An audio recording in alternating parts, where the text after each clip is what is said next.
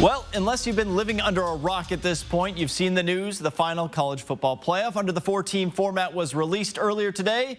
And here's the field. Michigan is going to play Alabama in the Rose Bowl. Washington is going to take on Texas in the Sugar Bowl. Now, we knew this field was going to look somewhat like this, and we knew that the Huskies were probably headed to the playoff, even though you really don't know with this selection committee, after they claimed the Pac-12 championship on Friday night with a win over 5th-ranked Oregon to cap off a perfect 13-0 season, the only team to do so in the Pac-12 era, and they were rewarded with the number 2 seed in the bracket.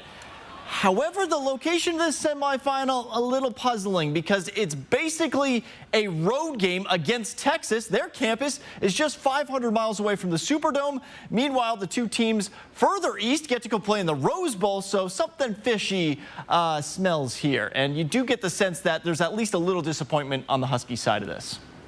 You know, I think for the program and the fans, and just because of our, geographical location, I think certainly the Rose Bowl would have been something that was probably what everyone was thinking and wanting. But, here's the deal. We're in the Final Four, and we're going to go play in an exciting venue against a very good football team, and we're here in the Final Four playing in a national semifinal. Now, while the Huskies were a more than deserving team to get in the playoff, there's still the question of those last two teams. I want to bring in Matt because you're one of the guys.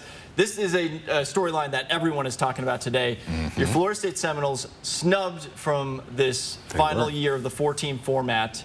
Perfect 13-0. Disappointment doesn't begin to talk. Disappointment does not. So I'm going to name you a couple of names. Okay. Tom Brady, Tim Tebow, Tua.